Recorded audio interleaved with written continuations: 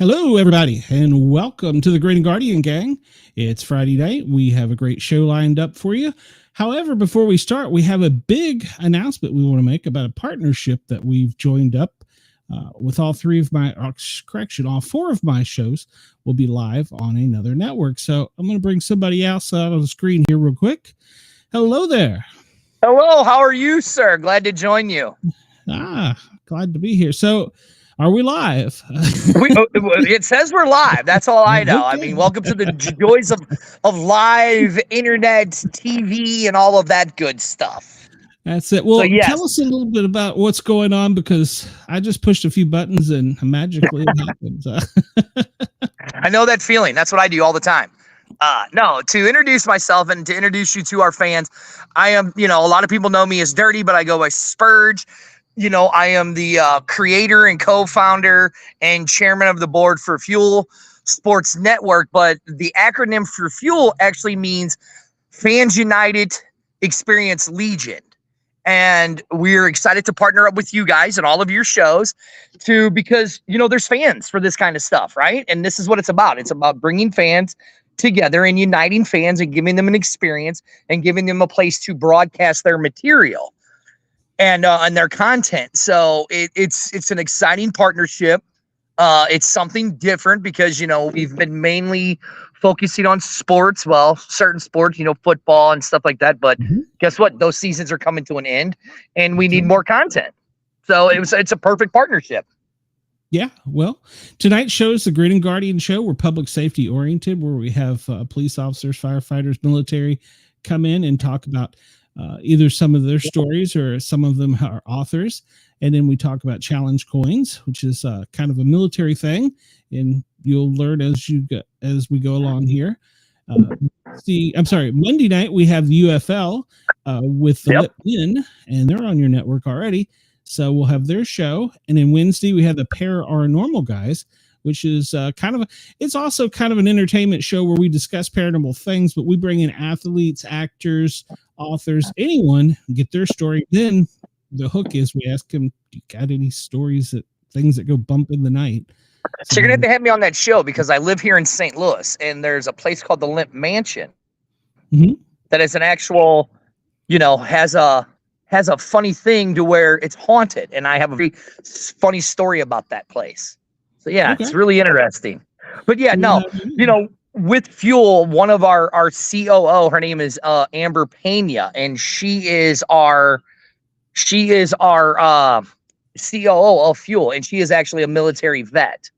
So she knows about some of your stuff, and she actually does a show called the A Team, where it's a women's perspective on football. So it's stuff like that. So Fuel was created for fans like you with your guys' types of shows to where they can get their stuff out there, because all these shows have fans, and it's just another place where you can get more eyes on your product and more fans can interact and have an experience with your show. And I forgot to mention, if you're mobile and you can't watch YouTube, which you shouldn't be driving and watching YouTube, or Fuel TV, you can tune into the Yerg's Radio Network, yergsradio.com, and they offer us toll-free number that we're utilizing, 1-888-88-YERGZ, YERGZ on your phone pad, the alphabetic part. So we have people call in too. So don't also forget, see, you're worldwide now because you're also now on Roku and Fire Stick. You can go download the Fuel Sports app, the Fuel Sports Network app on Roku and Fire Stick, and you can watch it on any Roku device or Amazon Fire Stick device. So now you're worldwide. Coast to coast and around the world. I got a button for that somewhere over here. So I do too, somewhere. It's just, I just hit my button and it goes to Fuel, and then I'm on Roku. So that's all I know. So yeah. Well, great. So and tomorrow night, if everybody wants to tune in at 9 p.m. our time, local here on the East Coast, we have the Misfits show, where we have some comedians are going to come in with our normal group of misfits, and we're going to have we'll go around with what's your favorite joke. So that should be fun. Yeah, and so for the people who, trying to where does this all fit in? Again, it's like I said, what the acronym for Fuel is Fans United Experience. And this is an experience for everybody to watch stuff, and it's an experience, and it's where fans can go and talk about their stuff. So this network is a fan-driven network, and it's fans creating content for their fans and for the different niche groups that they have. I mean, like, where would you find this stuff that we have on our network? You'd have to go searching for it. So what we did at Fuel is we created the network to bring everybody to one place to where they're not searching it all over, but everybody still gets credit on all of their stuff because it takes them to their pages and stuff like that. So it's just a networking to help everybody become and grow and to connect people in different ways, because people might be watching our sports show and then they see your guys' show for the public safety and the military and stuff and say, ooh, I'm going to check that out on a Friday night. Or, you know, they're watching your show and you're talking about sports and say, oh, well, you know, they have that UFL stuff or they have a baseball show. Oh, I might go and check that out. So it's about helping and creating the experience between all these content creators is what Fuel is really all about. That's great. I'm excited to be a part of it. It was a little bit nervous that all I had to do was push a few buttons, but it's all good. Don't even worry about it. I mean, listen, it's first night jitter, so there's always bugs to work out. I mean, I always make mistakes, and I've been doing this for 6 years, so I always make mistakes still to this day with it. And my co-founder, my partner Arlington, gets mad at me all the time. So yeah, it's all fun. So who cares? Well, good deal. Well, yeah, I appreciate it. I'm going to send you the link to tomorrow night's show if you're free at 9:00. You want to hop in then as well too. And I will actually be covering a wrestling event here in St. Louis. I will be at a wrestling event recording video for a wrestling event called Pro Epic Wrestling, who is partnered up with us, and that you can start seeing their content on our network also. So I'll be there covering that. So yeah, I never stop. It never stops. Well, we will still be live on your channel then. So that is true, but I will tune in. Don't worry. I will tune in. And here's the best part about it, Glenn. If people don't watch it live because of the way our app is set up, they can actually go back and watch your episodes because it's set up as like a Netstick or a Netflix type channel to where you'll have your own little tab on the channel and people can go back and watch, you know, your last month's show. So they'll be able to go back and watch them and stuff like that. So that's another good feature that we have with Fuel. Good. I like it. I like it a lot. So there, yeah. But I am at dinner and I'm already got yelled at by the CFO and the CEO. And they're like, well, I was like, I got to go do this. We're introducing the new show. I was like, so I have to go do this real quick. And they're like, oh, okay, that's fine. I'm like, you know, the joys of my phone never stopping ringing. So, no, I get you know, but I am excited to have you guys on. Looking forward to the partnership and the much more things that we got coming from Fuel, you guys, and all of that stuff. So it's very exciting time for the Fuel Network. Yes, it is. And yeah, we got some sports stuff coming up too. So we're gonna have a lot of stuff coming up. So, all right. Well, I'm gonna get to my other guests and show hosts here, and let you go have dinner. Tell the missus that we apologize, but it's all good. We're she's used to it. She's used to it by now. Well, mine just got home from work, so she's hiding. Oh man. Well, you better hurry and get your show done so you can go spend time with the missus. All right, man. Let me know if there's any technical glitches. We will see you soon. No worries. I will, man. Have a good show and congratulations. And I'm looking forward to the partnership. I am so much looking forward to it. So thank you. I appreciate it. Talk to you soon. Not a problem. Later. Bye-bye. Okay, let's bring on my other co-host here real quick, and we'll say a quick hello and introduce yourself. Maria Pisa says it's great that we're on this. So cool. She must be watching. That's freaking awesome. So yeah, that's our big announcement. We are now live on Fuel TV. I'm going to bring our guest. Wait, hold on, I got a button. Ladies and gentlemen, from coast to coast and around the world, you're listening to the That show. I hope that person's tuned in. All right, because they're not here on TV or radio. So, haha. All right, let's bring in Brian. Brian, this show's all about you, and sorry, I know that was a little impromptu. We actually shook the hands on the agreement. I think 2 days ago. So it wasn't up until I was figuring out how to program it till this afternoon. So congratulations. So well, thank you. Glenn, that was Uncommon Soul. Oh, okay. It's Uncommon Soul. Well, hello, Uncommon Soul. And Console's one of our regular listeners and watchers or viewers, so that's cool. She's tripping us out, man. Yeah, I don't know who this movie person is. So Brian, yes, that's true. So Brian, tell us a little bit about yourself. You've had quite a career. Yeah. So thank you for having me on. Appreciate it. Name's Brian Townsend. I spent 28 years in law enforcement. I started my career in Joplin, Missouri, back in the 90s. I was a police officer there for 5 years, and my dream job was a special agent with the Drug Enforcement Administration, the DEA, and I was able to go to DEA in 1999 and spend the next 23 years of my career. First 10 in Arkansas, almost 7 in Corpus Christi in South Texas, and then about 4 years in Quantico, Virginia at our training academy. And then the last 2 years, I came back to Springfield, Missouri, where I was the resident agent in charge. I was in charge of DEA operations in the 25 counties in Southwest Missouri that we served. And then in 2022, I decided to retire and open up my own training and consulting business, which I currently do. And I also work for a risk center called the Mid-States Organized Crime Information Center. I'm a law enforcement training coordinator for them. So in addition to training and consulting on my own, I also do training for law enforcement for them in the 9 states that they serve in the Midwest. So that's me in a snapshot. Busy man. Yeah, probably more busy now than ever. I was going to say, didn't you just use the word retired? That's what I was thinking. I was like, so it sounds like how my grandpa did things. He's like, yeah, I'm retiring. And by retiring, I mean going back to work.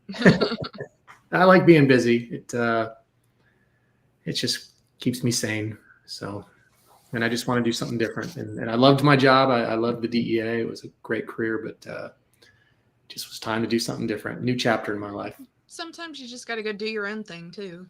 Absolutely. We kid Matt a lot. He's fixing to punch out, and I keep telling him, "I say, you look like you're 12."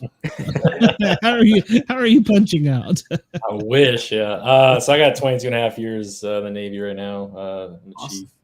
So yeah, I think Glenn always gets on my butt about it. He's telling me what I get to look forward to in retirement. There's no green light at the end of the tunnel. It's actually just keeps going. So yes, it does. Hopefully you'll be able to relax a little bit and find some time for you and then figure it out.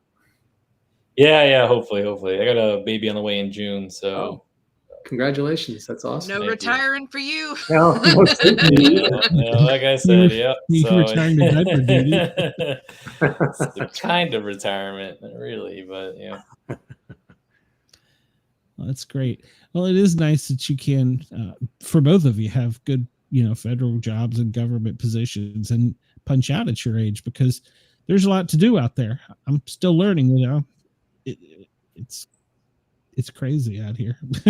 Yeah, very fortunate. Very fortunate. I could have stayed till I was 57 in the job series I was, but again, I just felt like I was young and I was ready to do something different. I had a great office, great people, no personnel problems, which is always 90% of the battle when you're a boss, and everything was good. So everybody thought I was crazy for leaving, but no regrets. I miss working with my friends and I miss my colleagues, but we're still friends, and now I can do something different and kind of set my own schedule. So absolutely. And I need to make a little plug here while I can. One of our show sponsors, the Thin Line Rock Station, is an online net station that plays rock and well, we play a little bit of everything. I'm on there Tuesdays and Thursdays from noon to 4. Where they play disco. Yeah. The program director, he's going to hit me now with a lot of disco. I'll start with Disco Duck next show. I guarantee it. But it's a internet radio station designed for law enforcement, firefighters, public safety. Thin Line Rock Station, the thinlinerockstation.com. They got an app as well. You can check it out. So those are a bunch of retired guys that went and started a radio station. So yeah. Sounds like a pretty great way to spend retirement. Yeah. Listening to music, chilling. Any openings? Listen to you, already wanting to find another job. Well, you were saying you started on so you actually are just like Matt. You started to work your way up from the patrolman all the way up to you had your own. I don't know what the proper word is, but team, I guess.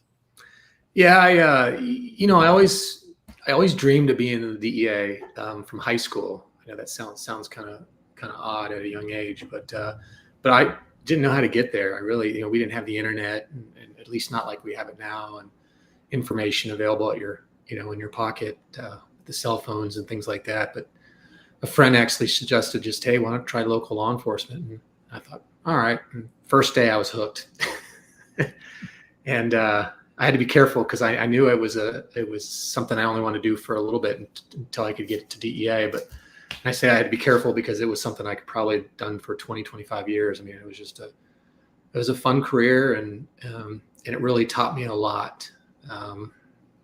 But it had a good department, a good city, good people I worked with. But like I said, I was just wanted to go to DEA and do something that I was, which was a goal of mine. Sure. When you get hired at the DEA, obviously, well, I shouldn't say obviously, do you start there as, I don't know what the correct word be, a patrolman or whatever, the lower rank, or how does that work? So I went for special agent, a criminal investigator. That's a series 1811. You go to Quantico for anywhere from a 16 to an 18-week academy. And then you're assigned your first office. You find out your assignment. At that time, you find out your assignment while you're in the academy.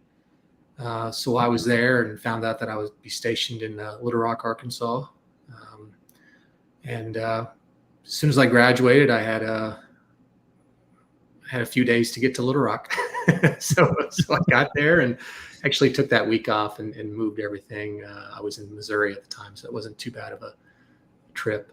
So yeah, you're a special agent at graduation. They give you your gold badge, and you get shipped off to your office of assignment, and you start your career. What was some of your most challenging aspects of that job? I don't know too much about that. Is it pretty challenging? It can be. It's also pretty rewarding. I mean, one thing I really loved about DEA, and I found out pretty early on, was our relationship with other law enforcement is exceptionally well. I mean, we get along very well with the state and local law enforcement, other feds,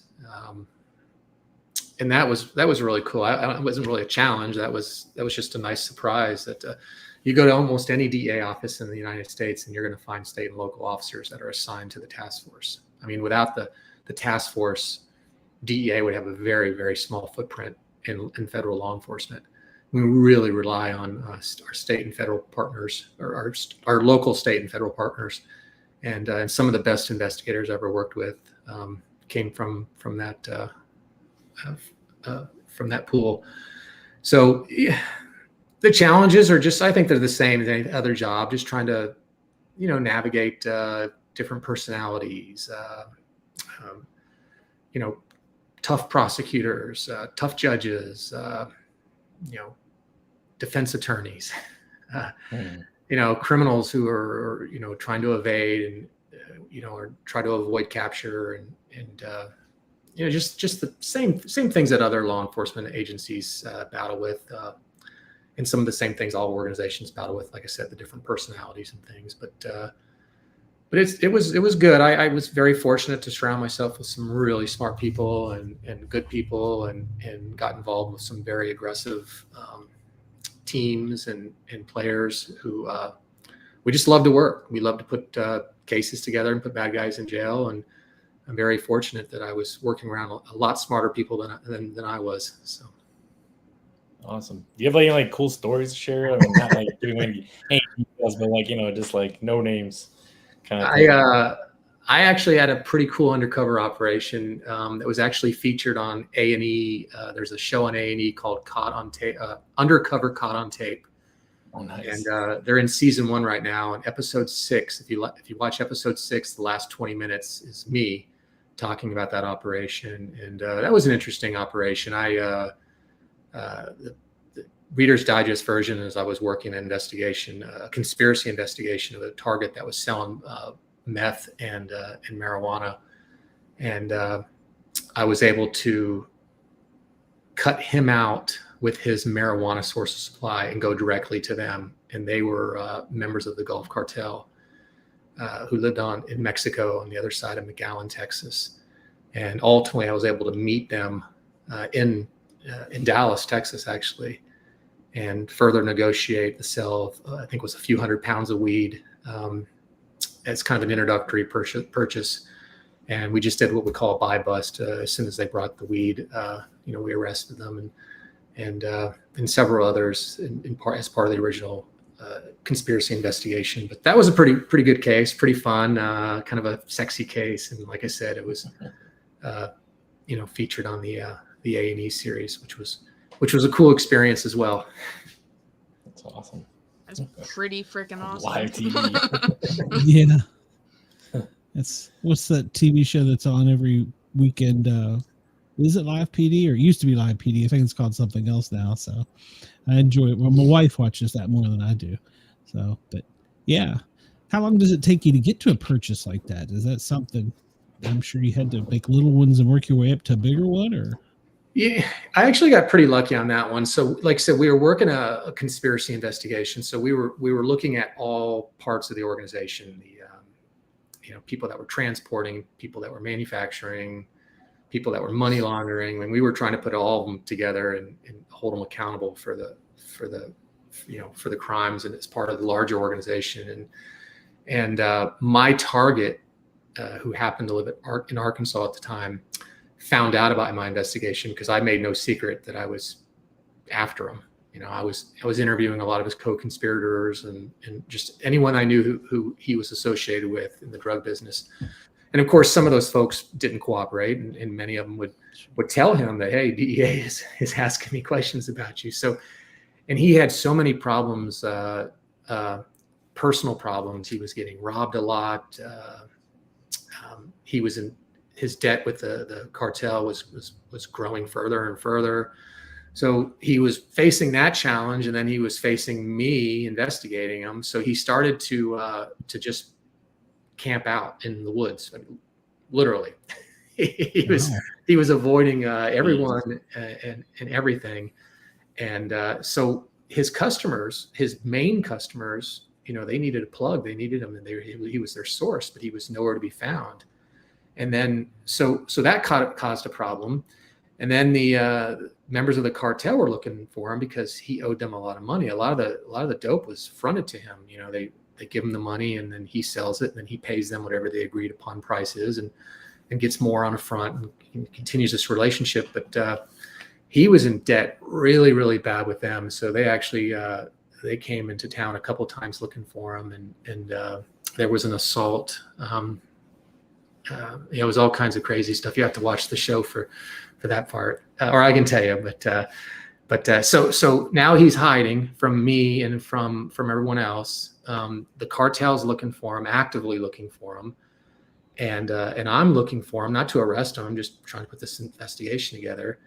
And I had a cooperator, an older gentleman who was securing money for him at his residence. He was hiding money in duffel bags, and somehow they found out. The cartel found out, and they sent a couple people over, and they beat him up pretty bad. Took the money, and they were still looking for the target. And I had, interestingly enough, I had actually tried to interview this guy prior to that incident, and he told me to go pound sand. He had no interest in talking to me. So then that happens, and of course everything changed. He couldn't get a hold of me fast enough, and I said, hey, give him, if they call you or if they contact you, give them my number. Obviously, I didn't tell him I was a DEA agent. I just said, here's my cell phone number, give it to him. And man, you couldn't have scripted this any better. Sure enough, probably within an hour or two, they called him, and he says, hey, I don't know where the guy is, but this guy might. So they immediately called me, and I played it off as I was one of his customers, and I was out of dope, and I needed dope. And in the dope world, people were always trying to cut out their source and go above that person, because it's, typically you get a better price, and there's a lot of reasons why they do that. So I was able to convince them that, hey, let's remove this guy. Let me deal with you direct. And they bought it hook, line, and sinker. I mean, it took some time. We had to, we had to work that relationship, but it was primarily on the telephone. They were in South Texas at the time, and also in Mexico. And I was in Little Rock at the time. And, but we worked out the logistics. They wanted me to come to Mexico, and I said no. They wanted me to come to the border. I said no. I was able to convince them to come to Dallas, which they did agree to. And we were just going to do an introductory purchase of a couple £100. And if everything went well, I was going to start, buying a couple £1,000 of weed from them, whenever I needed it.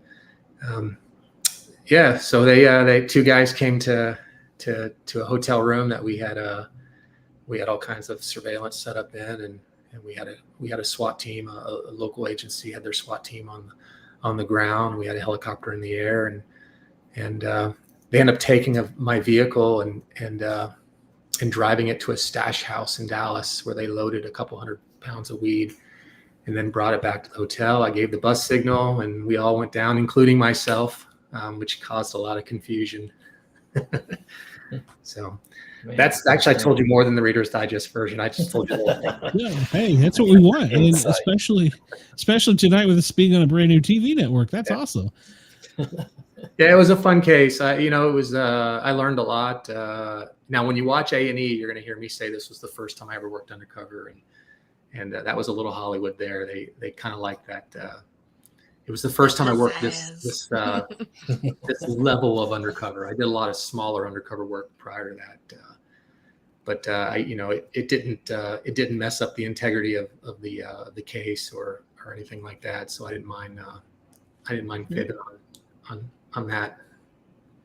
And you got to see what it's like to be arrested and and on the hot Texas pavement in August.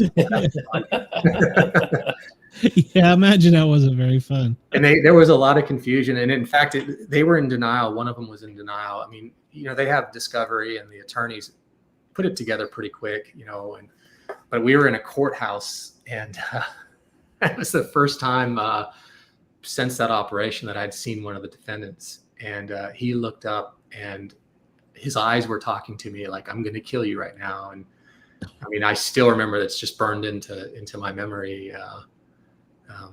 But now, how nerve-wracking is all that whenever you're especially getting into working around the cartel people, and they're after the same guy that you are, and he owes them money. Yeah. I mean, they made it clear that they wanted him dead. I was an ally at the time because I didn't care about him. I just wanted a source of supply. So my motivation was to buy drugs straight from them, and they looked at me as a customer. So yeah, I mean, I was nervous. I can't say I wasn't, but I had a really, really good team. I was able to bring my team in from Arkansas. We worked with our Texas counterparts, DEA and local law enforcement down there, and I trust these guys with my life, and we've been in some bad situations in the past. So I knew they had my back, and that always makes you feel a lot more secure. That's awesome. So you guys said you guys have your backs. You guys are kind of like your own family kind of thing. Yeah, absolutely. A family. I mean, that's you spend so much time, and you do dangerous things, and that just creates a bond. Yeah. Dang, I joined the wrong organization, Brian. I should have joined you. I was floating on boats in the middle of nowhere, man. You probably a lot more exciting than the military. Law enforcement stuff. Oh, yeah. It's like quiet, and then all of a sudden you're just 90 miles an hour for 5 minutes, and then it's quiet again. I mean, that's the career in a nutshell. Yeah. The DEA investigates more than just drugs too, right? No, I mean, that's our primary. Okay. Yeah. So we're criminal investigators is what I was. We have other parts of the DEA. We have diversion investigators. So they look at the diversion of legal drugs into the illegal market. So let's say a pharmacist is stealing Percocets and selling them on the street or something like that. We have chemists, we have intelligence analysts. There's a lot more than just the criminal investigator, the 1811 series, but that's the heart of, or at least that's the majority of what DEA is, I should say. Okay. Yeah, because I'm always surprised to learn. I've interviewed, of course, Secret Service agents, and they talk about, how they go over financing and credit, and, and in the ATF, of course, that sounds like a big party, alcohol, tobacco, firearms. So I interviewed a couple of them. And so, it's always curious how each has their own little thing, but it sounds like you all really were small and unique to. Yeah. Title 21 drugs were, occasionally you might get assigned to work a drug-related murder, but that's typically you're working with, local investigators or detectives, things like that. But then we typically, or depending on where you're assigned, you might get information on terrorism or weapons or, home invasions. I mean, you hear it all from the informants. So obviously we would we pass that information along to the appropriate agencies. Dang. You had said that was something you wanted to do from like a young age. What kind of happened to automatically say you wanted to go work for the DEA? Yeah, I saw drugs early on in my age. Not in my own family, thankfully, but just growing up in my neighborhood, just around me, and I saw what it was doing, and it just really had a profound effect on me pretty early in life. And I just knew that one is I didn't want to put any of this garbage in my body, and number two is I wanted to do whatever I could to be part of the solution and go after people, especially that are selling. Get rid of it. Yeah, absolutely. This is a poison, and it hurts. It hurts people. It hurts families. It hurts communities. And I just made this crazy decision when I was in high school. I know everyone thinks that's nuts, being so young, but I was at a career field. I didn't even know what DEA was. I was at a career field or career fair at my high school. I grew up in Northern Virginia, right outside of DC, and there were some DEA agents there, and I kind of knew what they were, but I really didn't. And I was so impressed with those guys and just the mission. And I thought, yeah, that's what I want to do. And that's cool. Yeah. I got lucky. Where did you grow up? I grew up in Mount Vernon in Fairfax. Oh, okay. I was in Prince William County. So okay. Right down the street. A little bit further down the street. Yeah. Yeah. Down Route 1 highway, the bad highway. 95 and Route 1. Still, There's still probably people sitting in traffic from when we were there. Yeah, that's cool that you did that and you knew at such a young age, and and you made it happen. That's I guess the most impressive part. And you made it. Yeah, I didn't know how. I just perfect storm, pieces fell together. I've told this story before, but when I was in high school, I was a very average student. I wasn't an athlete. My grades weren't great. I just didn't stand out at all. And my guidance counselor actually told me, "Don't go to college. Your parents are gonna waste money if you go to college." And this is back, when guidance counselors could say things like that. Now that they'd be tarred and and living on the streets. But and I'm not bitter about it. I'm not upset about it. But so I was trying. How am I going to do the things I want to do? I'm being told I shouldn't even go to school. And on top of that, no one in my family had ever been to school before or college before. But I did. I went to school. I got 3 degrees and became a police officer. And like I said, I just followed my dream. I just tried to take small steps until I opened the door that I needed to be opened.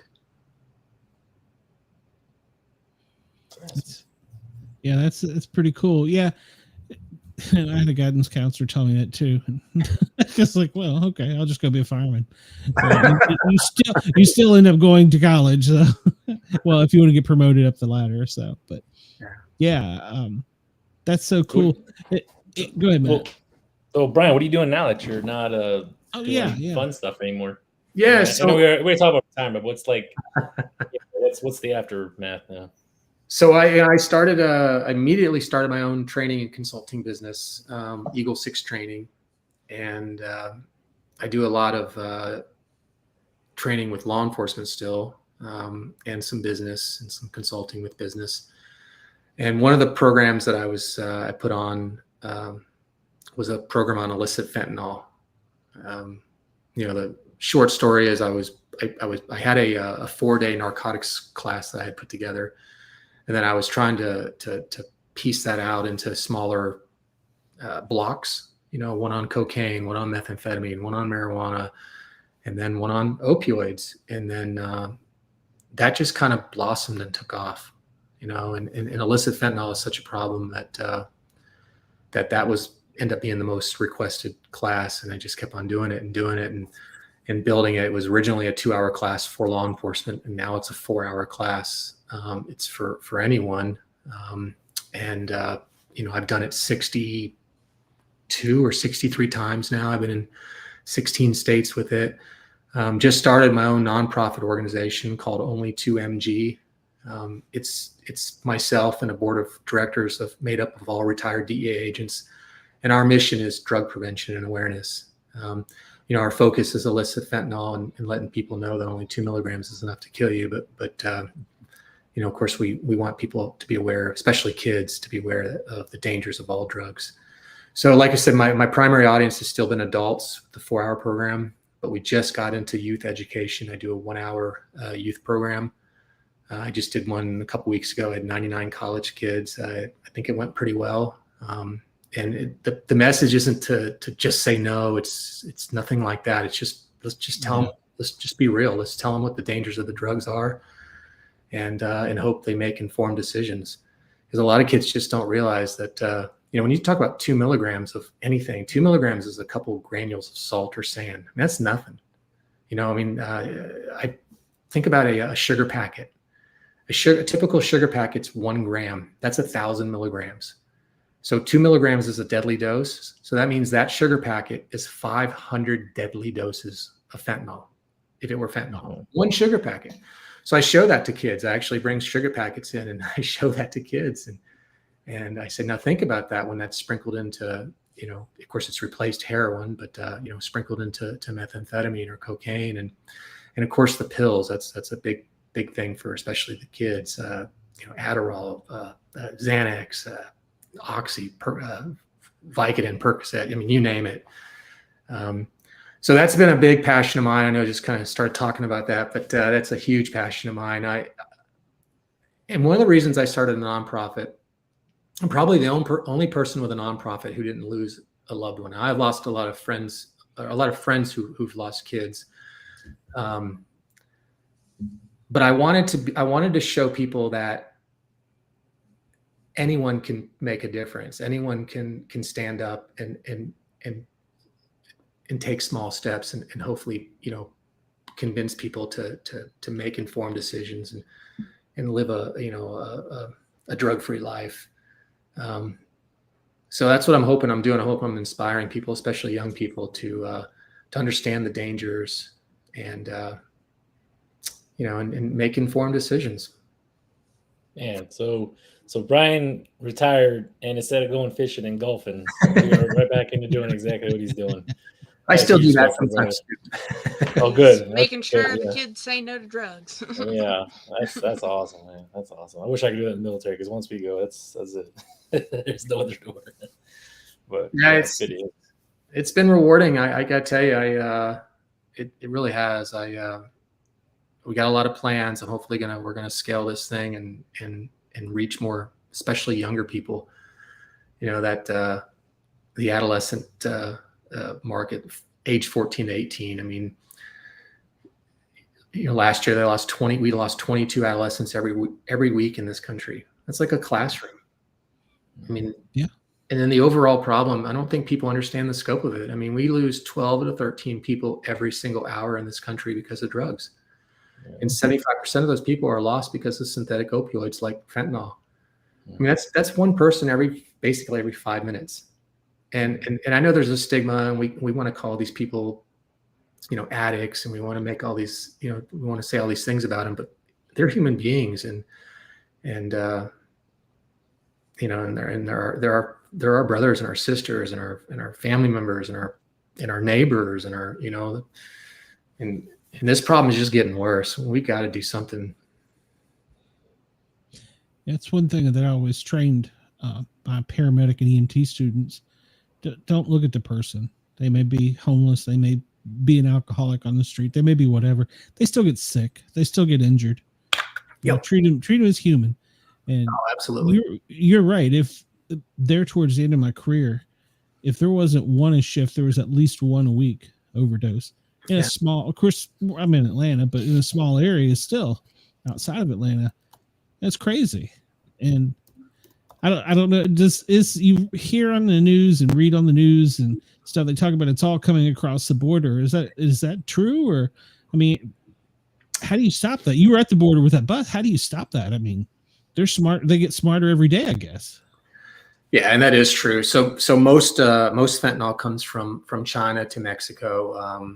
India is number 2, but China is number 1 for the product and for the precursor chemicals to make the product. So they get shipped right to Mexico in bulk, just metric tons of this stuff, and then they smuggle it into the U.S. in the same distribution routes that they've smuggled, you know, marijuana, heroin, cocaine, methamphetamine, any other drug. And I would say, well, I've read statistics that at least 70 to 80% of the fentanyl brought into the U.S. comes from Mexico. I don't know how it's not higher. I mean, we know that the Sinaloa cartel and the CJNG are the 2 main cartels responsible for most of the fentanyl that floods into the United States. How you stop it? That's a good question. You know, we have a problem at the border, and unfortunately, it's so political. It's even tough to talk about because then it's like, oh, you must be a Republican or you must be a Democrat. You know, they're looking for a label to put on you, and then once they decide what your label is, depending on where they stand, they no longer listen to you if they're the opposite, and that's not healthy. You know, and the border's a mess. You know, and here's the thing about the border, and for you all or for listeners or whoever, we've been doing border security in this country since 1924. 100 years we've been doing border security. We've been using barriers. We've been using, you know, now we use drones and sensors and all kinds of things to protect this country. And that's not a new thing. That's been supported by both parties, many presidents. You know, this has been a battle in our country long before Trump and Biden have been alive, barely, but yeah, that's a big problem there. I mean, are you going to stop all drugs that come in the U.S. if we did more on the border? Obviously not. You know, the cartels, the traffickers are going to find ways to bring it in. But that would be a great start. You know, our relationship with China is, you know, marginal at best. You know, and of course we can't trust anything they say. Our relationship in the law enforcement world with Mexico is horrible. You know, I can say those things now that I'm retired. You know, I mean, there's been a lot of articles written in the last 6 months on the president and the administration down there on what they're not doing and not supporting in the ways of fentanyl, you know, coming into the U.S. You know, I can think of one. Rutgers put a story out in December of 2023, and it talked about all the inactive labs being seized by Mexican law enforcement. So inactive labs. So we give them intel, and then by the time they get it, the lab is inactive. And of 1,600 labs they raided, 89% of those labs were inactive. Now I can promise you that intel we gave them, they weren't inactive. And that's just, I mean, that's just a tip. There's so many problems going down there. We need to figure out that relationship. You know, we need, the big thing is, and yeah, I should say this because, you know, we want to blame the cartels, and it's easy to blame the pharmaceutical industry, and it's easy to blame the drug traffickers. But at the end of the day, drug prevention is preventable. I'm sorry, drug use is preventable. We need drug prevention in this. It works. You know, we know now that going into schools, talking to kids, it actually works. I mean, if you look at the research in the last 5, 10, even 20 years, drug prevention works. The number of kids using drugs in this country outside of weed and outside of alcohol is actually the lowest it's ever been. I mean, look at Monitoring the Future study. It's a study that University of Michigan's been putting out for years and years and years.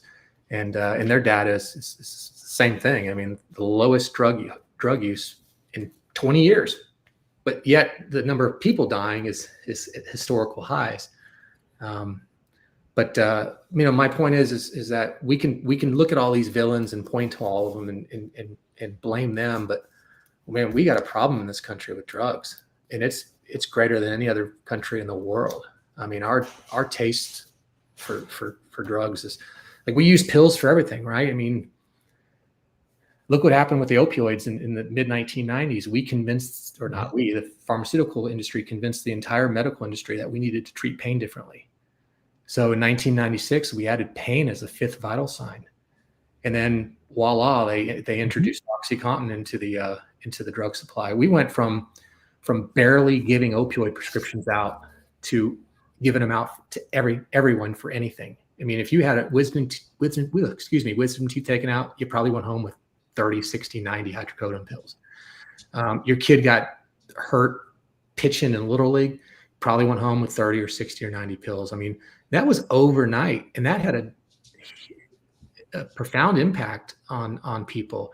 The number of people who were dying of drug poisonings and overdoses was increasing.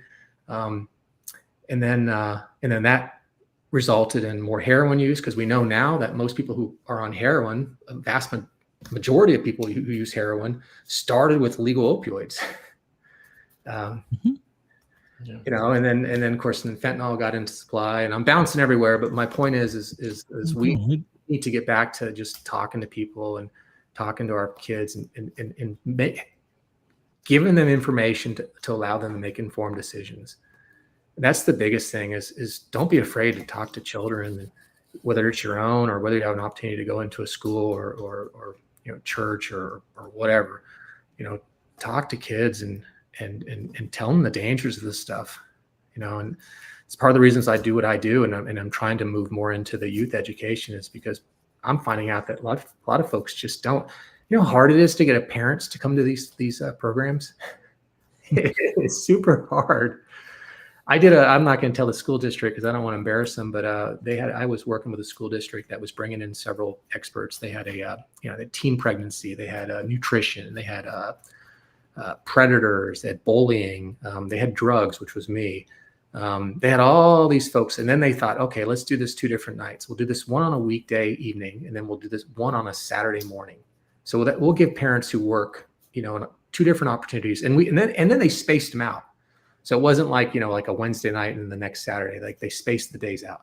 So 2 great opportunities to get all kinds of information. You know how many parents showed up to this event? 17. Wow. 17 parents. I mean, and this is, well, I get so frustrated thinking about that. Well, I work the streets. I understand. What do you think now about, and I mean, I have a personal feeling about it, but Narcan on every corner is like AEDs.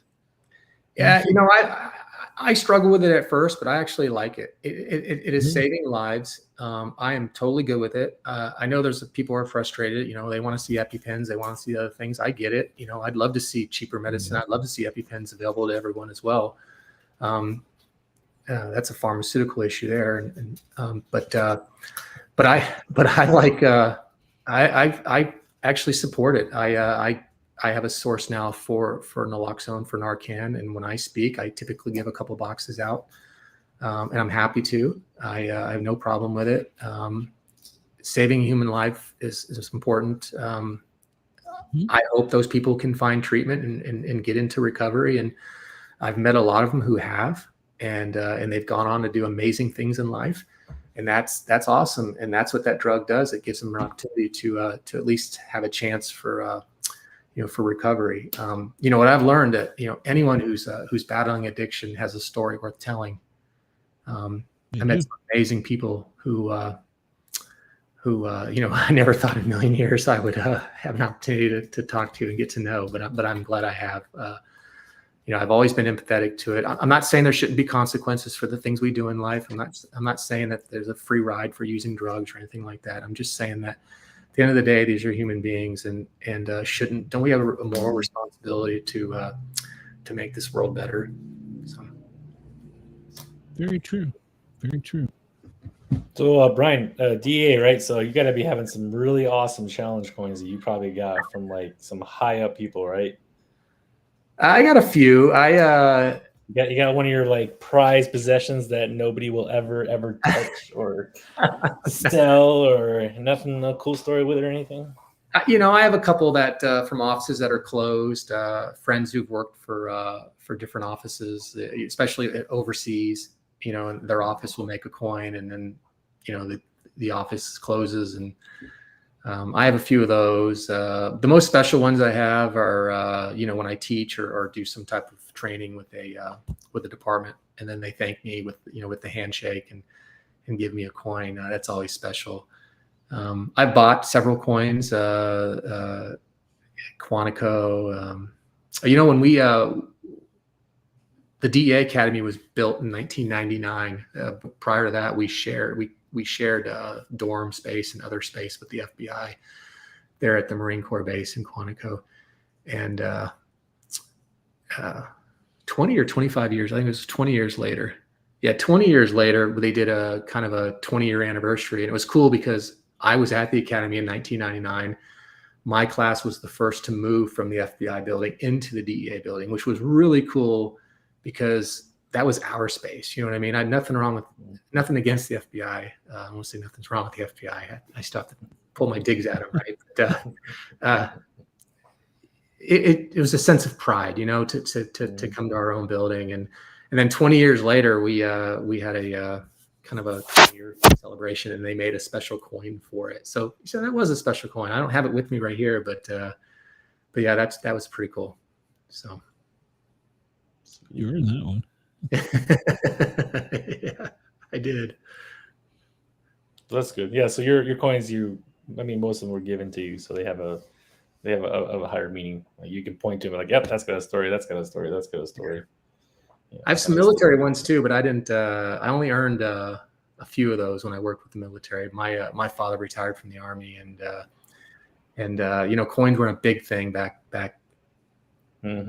30, 40 years ago, but for whatever reason, he had a few, and he gave them to me, and so they hold a sentimental value.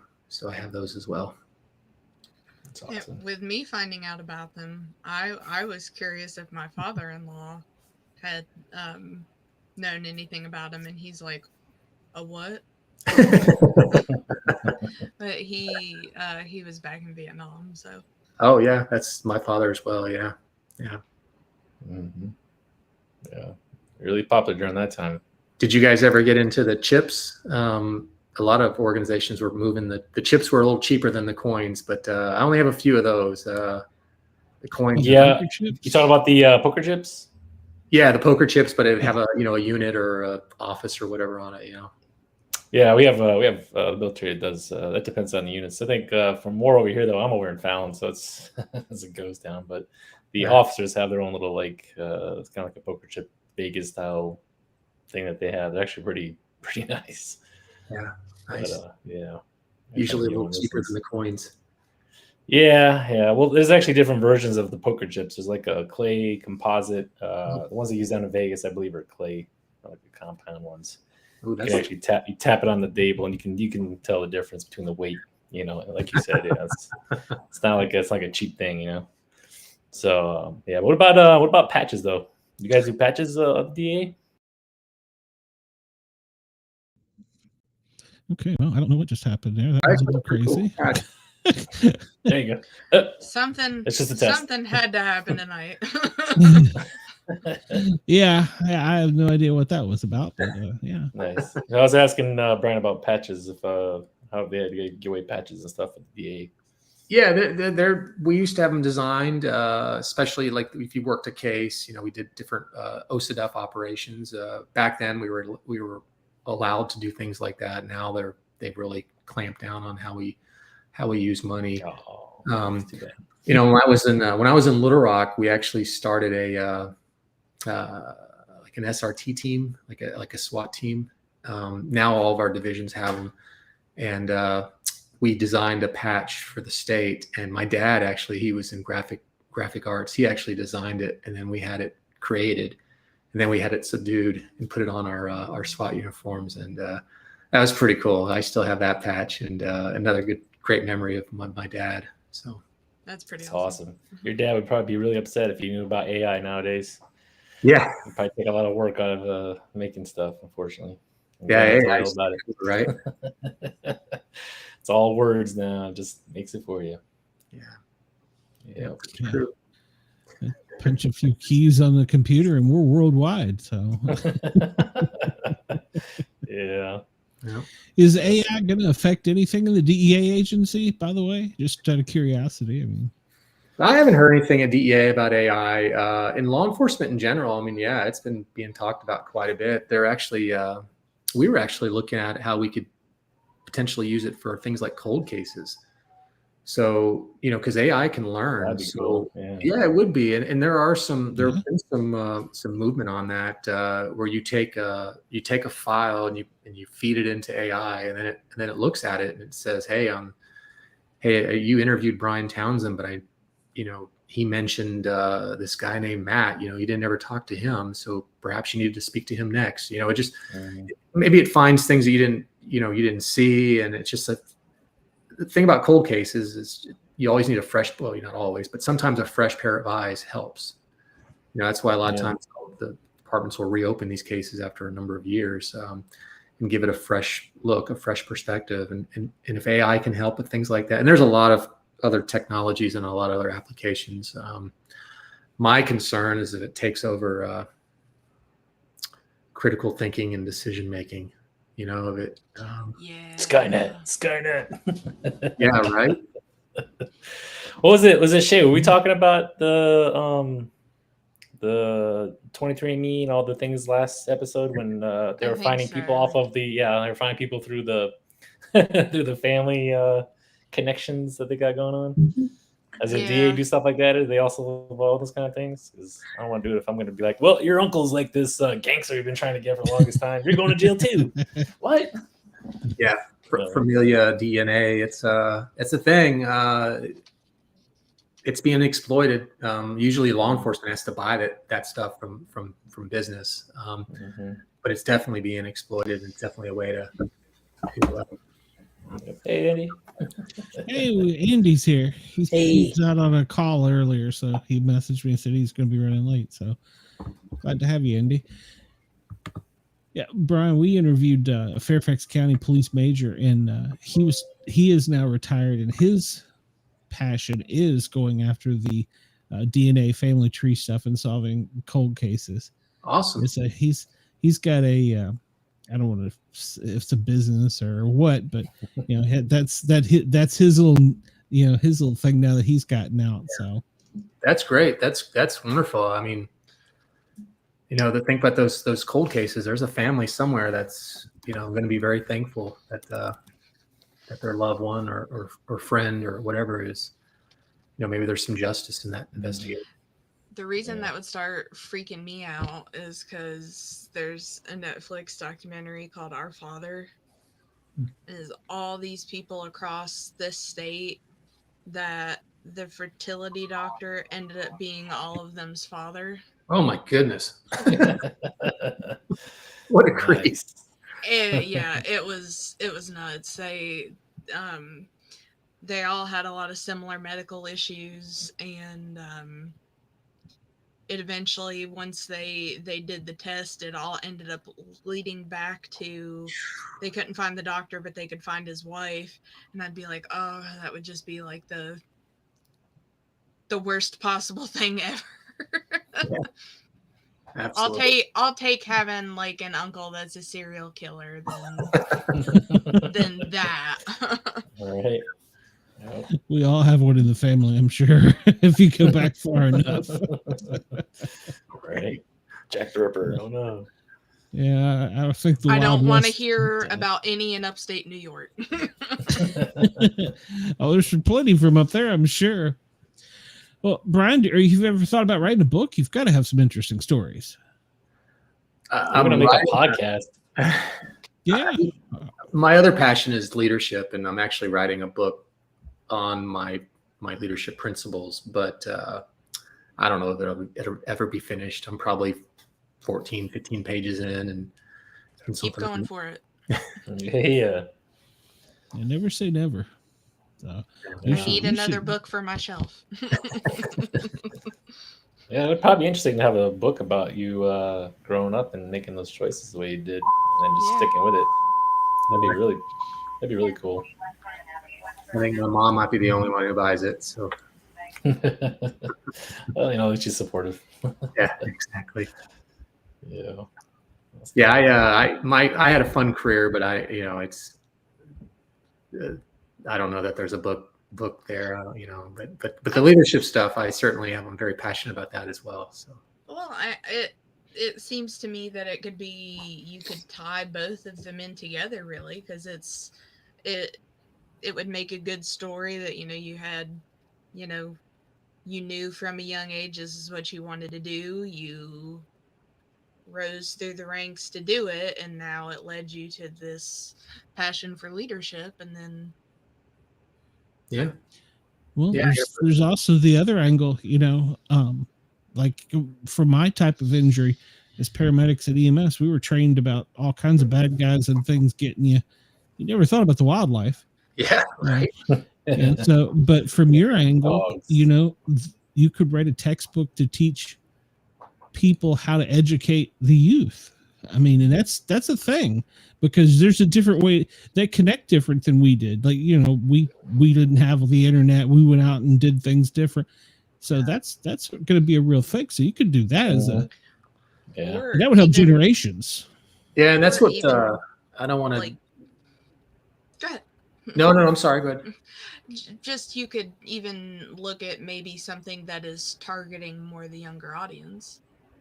Yeah, the fentanyl. I mean, that's I don't want to jinx it. One of the things we're trying to do is we're working with someone right now trying to figure out how we can train younger people to do 30-40 minute conversations on the dangers of illicit fentanyl and other drugs, and have the message come from their peers.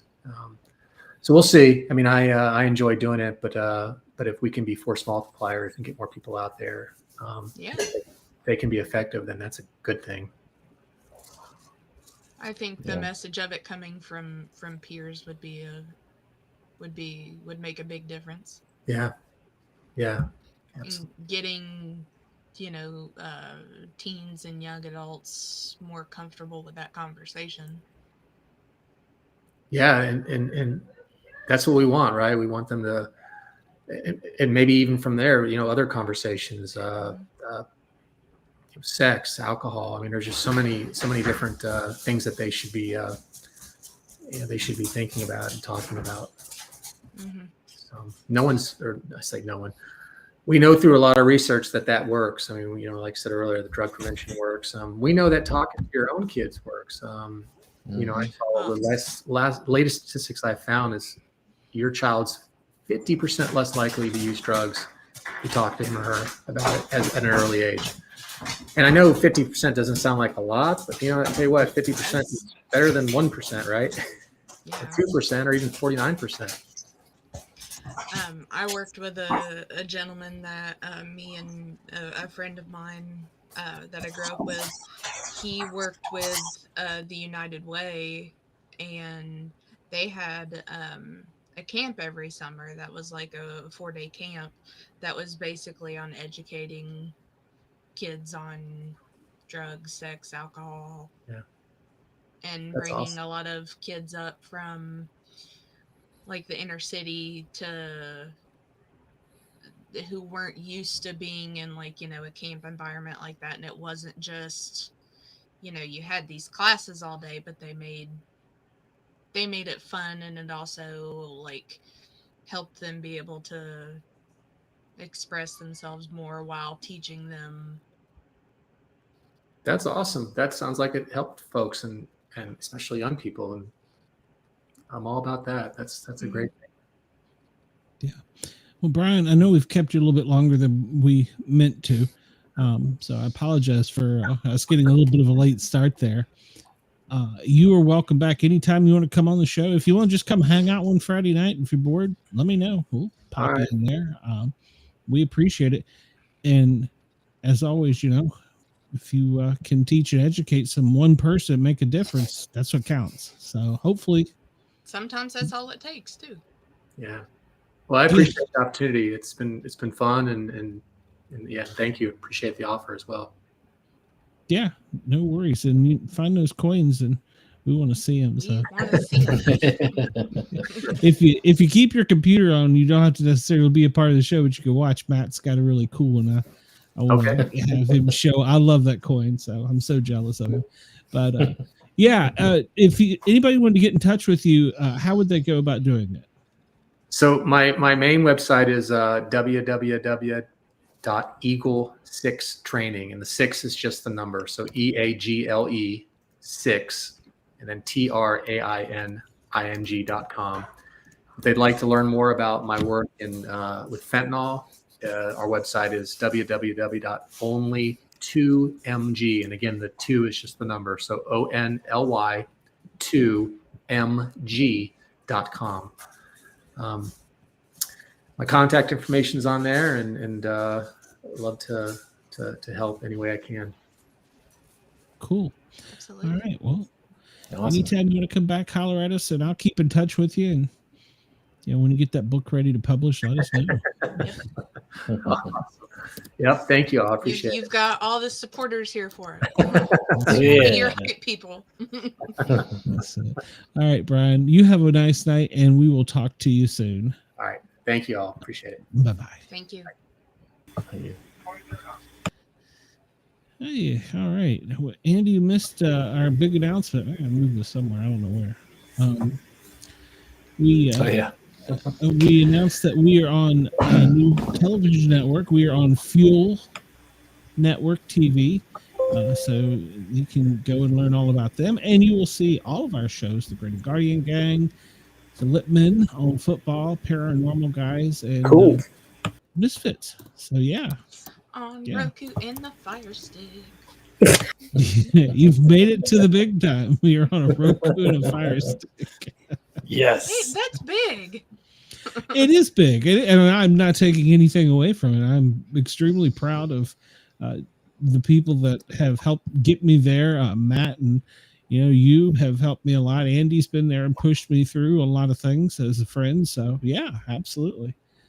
It's not a small thing. We're kind of a big deal now. So Dean is going to give me hell now that I said that. So. She coined that, but it's gotten bigger than we planned. We're kind of a big deal. Kind of a big deal. So yeah, it's not the way it started, but with the Grin and Guardian, if we can get a message out to one person about something like that, that's great. He was talking about that sugar packet and the 2 milligrams. This is a great. Man, I'm having flashbacks of paramedic school because we all failed their first pharmacology test. I mean, the whole class did. And he comes in with packets of sugar, a pound of sugar, and that was the way he taught us pharmacology. It was so funny when he said that I started having paramedic flashbacks. I was like, oh, wait a minute. It was making me think there was like a little mini documentary that I watched on Facebook about in Pennsylvania, how bad tranq is in Pennsylvania right now. And they were interviewing like a small little family that was making what they considered the safe fentanyl.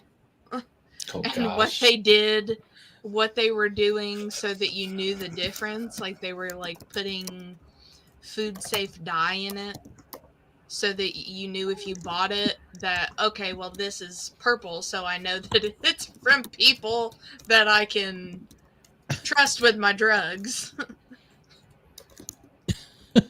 Yeah, this one we use Tylenol. Well, and to him saying like, oh, when you get your wisdom teeth taken out, they give you like 30, 90 pills. I was like, shit, they gave me 5. Yeah. Well, he talked about the pain thing, and it didn't hit me, but we went back we were not far out of the field, but we went back into school every 2 years you do, but that was when they introduced the pain scale to us as the 5th vital, as he said. And I'd forgotten about that totally. And that was yesterday. No, I remember like laying there in bed after I'd gotten my wisdom teeth out, and I was like, yeah, I can understand how this is addictive. Because I could just feel it like come over my whole body just like this, like from the pain just stopping. And I was like, yeah, I can understand why people really like this. I was on Oxycontin for like a month. And they gave me oxycodone. And just like you're saying, they're like, you're just giving away like candy. Like, here, this will make all your pain go away. Oh, but you might get addicted to it. You might have some like, some bowel problems, but here you go. Right? It's real. It's you get addicted to it. Yeah, I'm pretty sure they gave me like a Xanax of sort for day of, so that I would be chilled out.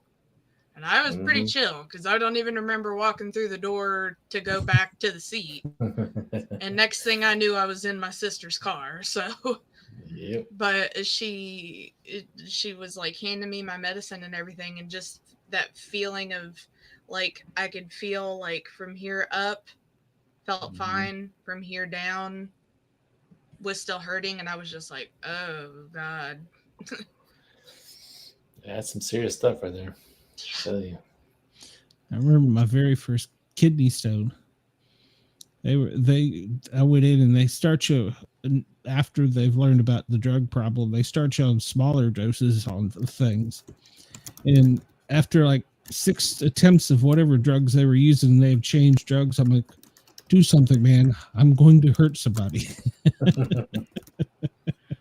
Well, and my thing too it could just be how it affected me with the oxycodone. Like my sister stopped, and I don't know if y'all have been to West Virginia or know about it in West Virginia, but there's a little, in most places it's only for breakfast, but they do serve lunch and dinner foods. It's called Tudor's Biscuit World. That's nice. You gotta have some if you come through here. But the only thing that I could have was biscuits and gravy. And I'm laying there and I've got like a Scooby-Doo pillow pushed up on either side to hold my face up. And I was watching Gothica and half eating, and while the medicine was kicking in, and then all of a sudden I was just like, and I was just like, how do people function doing this? I'd be walking through the house and then I'd probably have blacked out and ran into the wall or something. I think that's how they get in trouble. It's like, okay, the 500 milligrams Tylenol didn't work. I'm going to take 1,000. Okay, that worked. Well, then 6 months later, that doesn't work. So I'm going to take 1,200. And he is absolutely right about there's people dropping over that you don't. I mean, one of the craziest ones I remember was a waitress. She went on a smoke break, and I remember you talking about a pill, and it's like, what are you thinking? But apparently, she had built a tolerance up, and then she got that one pill that was a little too much. Yeah, it's just crazy, and it is rampant. I mean, you walk past people going down the street, and I guarantee you 1 in 5 is got it. So our former boss, who's part of the volunteer fire department, always used to have Narcan on her. And I participate in our company's Pride event down in Charleston, down in the Capitol. And they have booths set up specifically for you go sign everything. They tell you how to use it. They send you off with Narcan. So I was like, yep, I'm just going to keep this in my bag. Well, he's, I do have mixed emotions on it because, I mean, I don't know that that's making the problem better or worse. I mean, I'm still waffling about it. I understand how it helps people, obviously, because I've seen it. But I didn't get to give him a little ribbing about, you go to on a call, and PD's beat you there, and they've already give 4 doses of Narcan. It turns out they were diabetic. They just needed some sugar. That's one of the funniest things. Police are quick to give it. So not that that's bad. The only thing that really bothers me, and I can't really put my finger on why it bothers me, is the vehicles that openly have like the stickers or the magnets that say I carry naloxone or whatever it's Oh wow, I haven't seen that. I've seen so many of them around here, and I just, something about it, That's crazy. Why do you gotta put it on the vehicle? Yeah, why are you broadcasting it? I don't Yeah, I mean, that's odd, but yeah, it's something about it, and I can't tell you why. It just, I don't like it. Like, I don't feel like you need to broadcast it. Just be there and be the hero when you're there and you have it. It's like saying you're a child predator and you put a bumper sticker in your car. I'm a child predator. I wish they would do that. Yeah, right? We could eliminate that problem real quick. That would be more helpful. Yeah. Yeah, I mean, story to tell you about later on that. some places have been, restaurants and places it's been good that they've had it, but I just, like I said, I don't know how to feel about it because when it first came out, it was a big deal for us as paramedics. We had to draw it up in a vial, then we had to mix it, then we had to inject it, and now it's just like a little. Now it's Tylenol here, take one. So. Yeah, I don't know. I think it's just I don't know if it just seems like you're flaunting it, maybe, or it just comes across a little cringy to me. Yeah, I'm just like, you don't need to.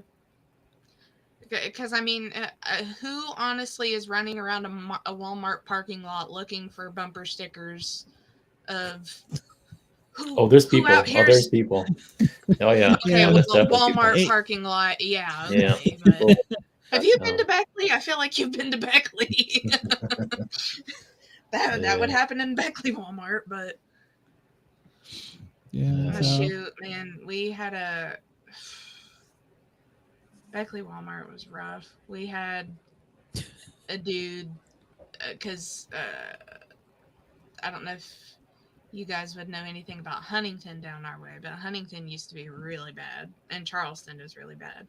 But Beckley is another kind of crazy.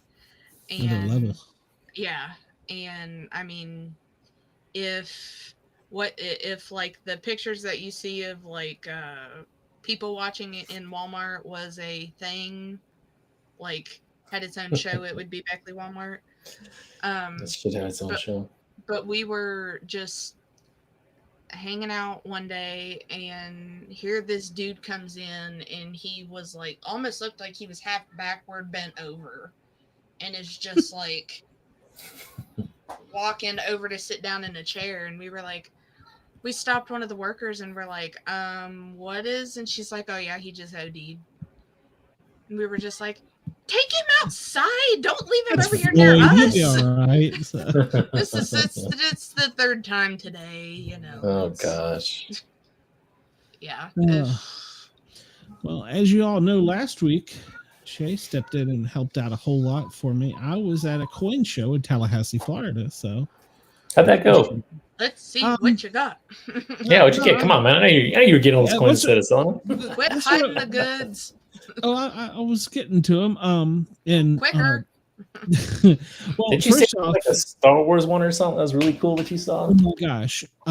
Describe that again. What did that look like? Okay, so on the back of the coin is just flat, but on the front, the stormtroopers, and they're different colors except for white.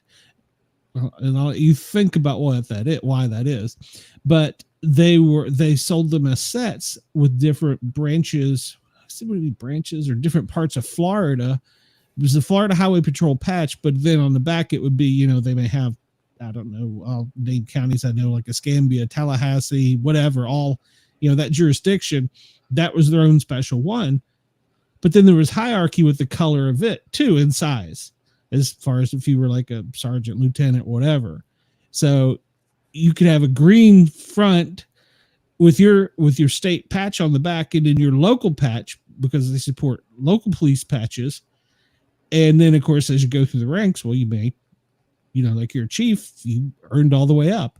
So yeah, apparently it's a big deal down there, and they were not cheap. They were not cheap at all. Beautiful coins though. Oh my gosh. What was the size dimension? Like, was there thickness? Like, it was thick. It was like easily 3 inch, 3.5 inches, and it was, holy cow. It was like pretty thick. Like 10 millimeters thick, like pretty yeah, thick. Yeah. They were pretty thick. Yeah. And how much they selling them for? I was thinking they were the small set, right? No, you could buy individuals, but I mean the small one, which is 2.5, I think it was $50. The small one. But they were very, very well done, very intricate, very nice. And it was a big deal. People were all over them. May I ask the specifics of why you can't have the white stormtrooper? Is it because of why I think? Think about it. That's why. Is it because of why I think? We're on Fueled TV. We should qualify this not for a racist reason. If you're a Star Wars fan, you could figure this out. So it's not for a racist reason. Well, I am a Star Wars fan, and I don't know. So anyways, Glenn, so you got there and you basically felt like you were there way ahead of the curve. Like you set your table up and you're like, huh. Yeah. Yeah, I set my table up. And, I was I had more fire stuff, obviously. So I was outgunned. The fire and EMS world is not represented in coins at all. Hardly. Oh, that's sad. I went around, it was probably 35 tables, 4 foot whatever tables. And I would imagine I saw only a couple fire department coins and even patches there. Wow. Everything was all police or federal. And of course, Florida was well represented because, it was there in Tallahassee, their state training center. But I was just kind of like, wow. And everybody come over to my table. It was funny, like, oh, you got fire stuff. And I'm thinking it was like, God, I got one fire thing or one police thing. So now I wish I would have given you my coins so you can have something down there, brother. Dang. Oh, I mean, it's all good. I made a lot of good contacts. In fact, one of the ladies that I met, she came by and she was just shopping, just window shopping and looking. And I tried to talk to everybody that come up to the table. I wasn't trying to sell them anything. I was just, hey, how you doing? What's going on? And she looks at me, she goes, you're the first person that's talked to me. And she apparently had started, and I was next to the door on the way out. I was like, oh, well, welcome. I said, I don't know what you're looking for, but this is it. And it's mostly fire. And she was kind of laughing. She goes, no, you really. And she turned to 2 friends of hers. One was in uniform, a police officer. And says, this is the first guy to talk to us. Why is that? And I was like, well, I don't know. And she goes, well, I'm going to give you something. I was like, oh. And so she says, I have my own coin. She says, I'm the chief of police of man. She says, I'm the chief of police of Midway, which is where the state headquarters is, state training center is. And so she gifted me and my wife a coin, a very nice coin. Oh, that's nice. Yeah, and she is the chief of police. She's a very charismatic, beautiful young lady. I told her all about her show, and of course, she had to get a Grin and Guardian coin. So I gave her a coin. She got a Thin Line T-shirt. She didn't know about the Thin Line Rock Station, and it was pretty cool. So I've got her card. She wants to come on her show, so I told her I'd give her a little bit of time, and we'd have her on. I said, if you've made your own coin, Chief, What was funny was all these officers who are around her, because like I said, the training center sits in her city. But it's the whole state training center for Florida Highway Patrol, all the deputies, everybody. Uh-oh. He's in the middle. Call me. This is going to annoy me if it's going to continue to do this. So. Did you go to the other dimension? Matt, you ready to take over the show? that will happen so quick. I didn't have a chance to go to another dimension, but no, I was calling her Chief. Yeah, I was calling her Chief, and she's like, "Why are you calling me Chief?" And I'm like, "Because you earned it." You know, I mean, because you are the chief. Yeah, you're the chief. You earned the right to. I mean, you know, that was the way I was trained coming up. And Matt, we grew up by an Army base, so I learned. That's why I couldn't tell you Navy ranks how they work, but I learned all the Army ranks just because my friends' parents were all, you know, in the military. And funny story there, my best friend Ken, he's probably listening. He's probably in the chat still. I was never told that he was a 1-star until he passed away. I was never told that. So yeah, and he earned it all the way out. And now I think about all the disrespectful things over the years. I was like, I said that to a general. Oh. Well, that's just how you know he's a really good friend. Yeah. Well, no. He was a great guy. Ken never told us. You know, he knew. So, but yeah, that was cool. So yeah, it always my entire life. That's like where in more of the South, it's like the sir and ma'am. Yeah, but yeah, the whole time. And then the other cool one, I want to say I earned this one. It's we were in Seminole, Florida Seminoles country. I say I got to put that logo back up there. Andy, careful, you might close out again. Oh, jeez. Don't make me say anything dirty on the new network. So this one is a tomahawk for the Florida Seminoles, and it's got the highway patrol on one side and then the training academy on the backside. That's cool. That's cool. And the funny story on it was this kid apparently had come and was looking at all the stuff and at all the tables. And apparently he had come while I was not there, and he came back a second time when I was at the table because, you know, I was going out trying to meet people and, you know, get coins and stuff. And he asked me, he goes, "Sir, I don't have any money, but would you like to trade?" And I'm like, "Okay." Yes. And he had, well, I haven't showed it on the show, but the Mount Vernon Monster, which is my Bigfoot coin. He's like, "This is really cool. Can I have one?" I'm like, "Of course you can." So I traded him for that. So that was kind of cool. Yeah, I think, and that was the only coin he got that day. I saw him later, and I was like, "So what else did you score?" He's like, "Oh no, I only had Dad only give me that one to trade." And I was like, "Wow, that's pretty cool." Out of all the ones there, see, all these cops learn something. Get a Bigfoot coin. Yeah.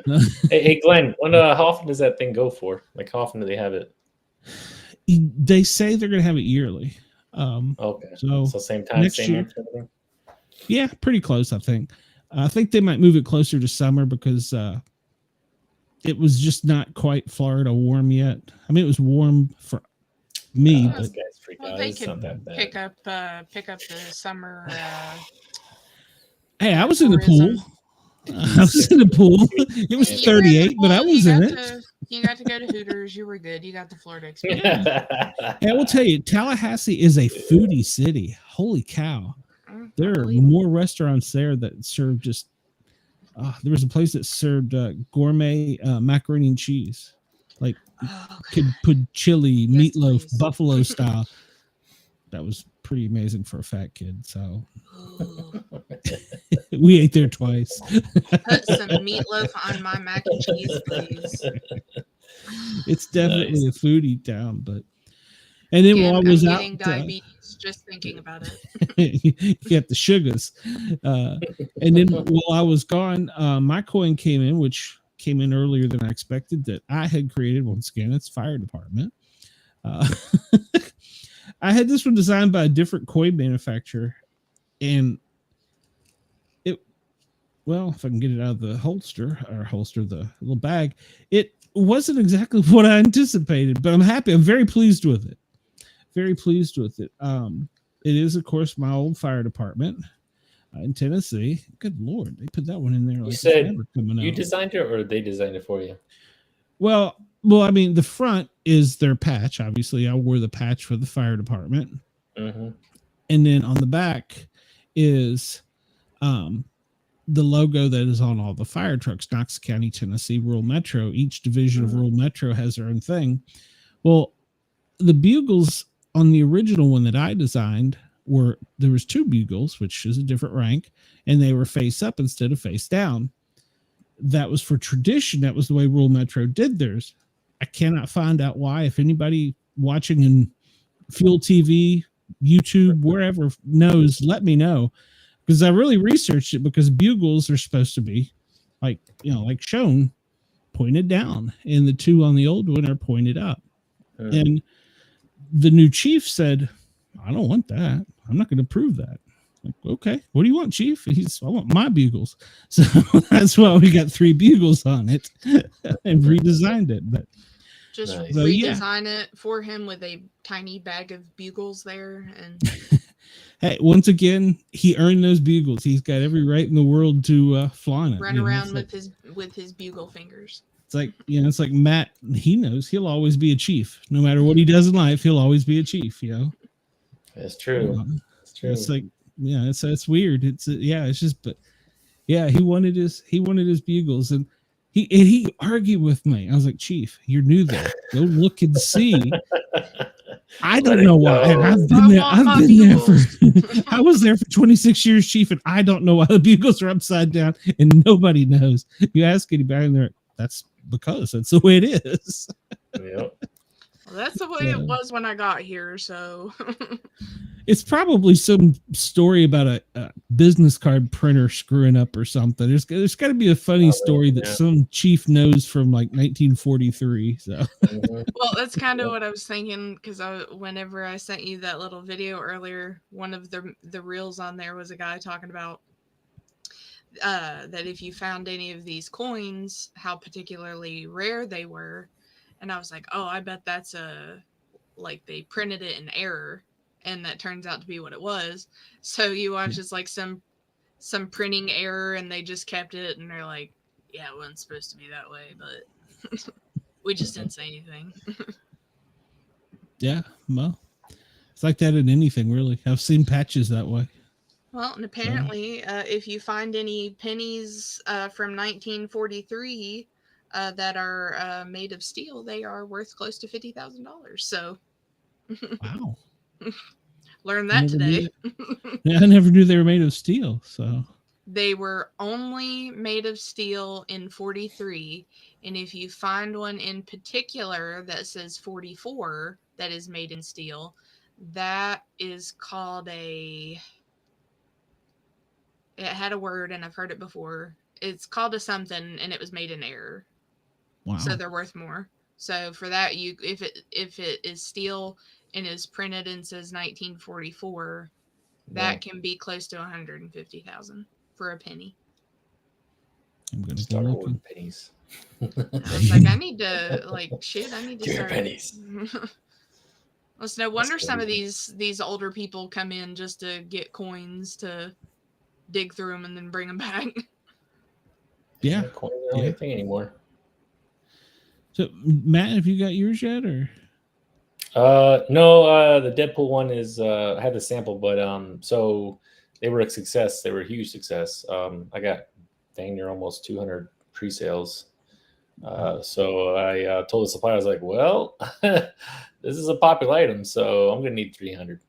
So the production kind of got bumped up to an extra week so that they can make sure they get them all done in time. But I do have. Let me see. Where's my other